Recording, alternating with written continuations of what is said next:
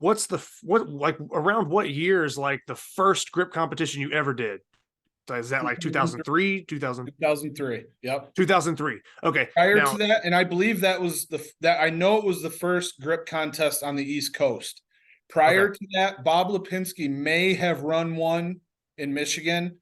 I know Yeah. that before that, BC dot Brian Carlton had run at least one contest in Minnesota, in I Mhm. believe Minneapolis, and there was a guy, and I'm forgetting his name right now, but he ran. If you do research on the inch dumbbell, one of the first guys to pick up the inch dumbbell was a guy named Matt Graham, and he competed at this contest. And I want to, if we were to ask Ben Edwards, he could tell us because he continued to go to that contest for a Mhm. while. But that was way past like the midpoint of the United States, and I wasn't Yeah. going there. And up until that time, I don't think I had I'd only ever flown twice, and that was for college baseball to go down to Florida for spring training. So to fly on my own accord, I was too cheap to Mhm. do that, and so consequently, I never ended up going out there. I want to say it was like Omaha or something like that. Okay. I really don't recall, but that's a shame too because they did a couple contests out there. But back in those days, there was no organization. It was just like you could run a grip contest, choose whatever events that you wanted, and those results like would just disappear into the ether. Yeah. There was no tracking. The rules were all different. You could basically say whatever you Yeah. wanted to were the rules. And like for instance, Rick Walker, um, all the lifts were done to 6 inches, which is what we do now. But Mhm. like the two-hand pinch was 245s with a pipe through it. Yeah. There was a thick bar handle with weights added to it.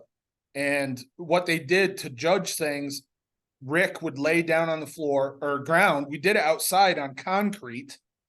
Rick would lay down on his side with a yardstick like this, and he would judge if it made 6 inches or not. Yeah. So it was really different back then. Well, and the biggest point I wanted to make with that was I think there's been a little bit of an influx of newer lifters that have kind of ventured into, competing in grip strength sports and stuff like that.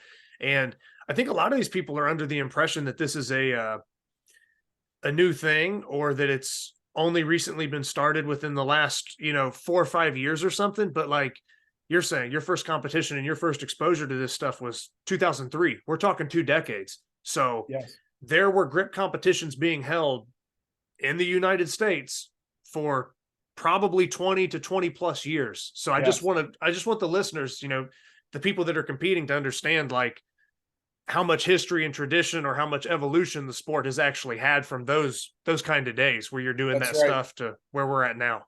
That's right. And if anybody wants to learn more about the old history of grip competitions, there's an interview that a guy named Daniel Strauss did Mhm. with with David Horne in the last few years, maybe within the last 5 years.